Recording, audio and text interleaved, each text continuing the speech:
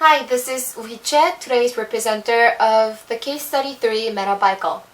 Our group members are Haesun Kim, Hansel Kim, Yerim Shim, and myself Uhiche. I'll start my presentation. Before beginning, I'll talk about our content. Firstly, I will introduce about Metabical's differentiation, and secondly, I will analyze demand forecasting, and I'll talk about packaging and then analyze ROI, and finally, I will talk about our group's pricing strategy. Okay, first, then I'll talk about Metabical's points of differentiation.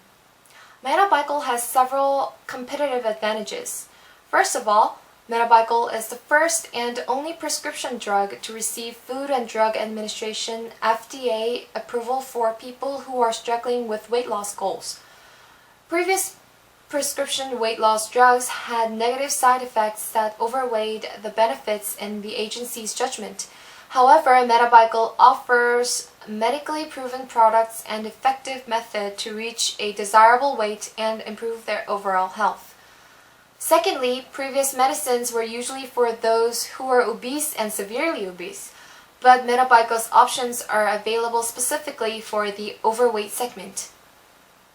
Before Metabical came out in the market, there were no prescription drug options specifically for overweight individuals.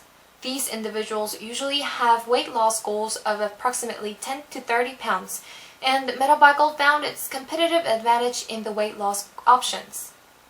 In addition, other weight loss drugs mostly have to take 3 times a day, but Metabical needs to be taken only once per day. It is much comfortable that people don't need to take pills every time after the meal. From now on, I will analyze demand forecasting methods. Metabical decided to project demand using 3 different methods that were based on varying assumptions about how potential customers would respond to Metabical. In the first method, the demand was forecasted by looking at the number of overweight individuals in the United States and narrowing down to population to those who are actively trying to lose weight, and this is multiplied by 0.35 to previous number. Then this pool of potential users was narrowed to the 15% of those who were comfortable with weight loss drugs. Also, Metabical was likely to capture 10% of those individuals, and if I calculate 4.1055 million times 1.010, this equals to 4.1 million. And according to the case, an additional 5% are expected in subsequent years, up to 30% by the 5th year, which is this number.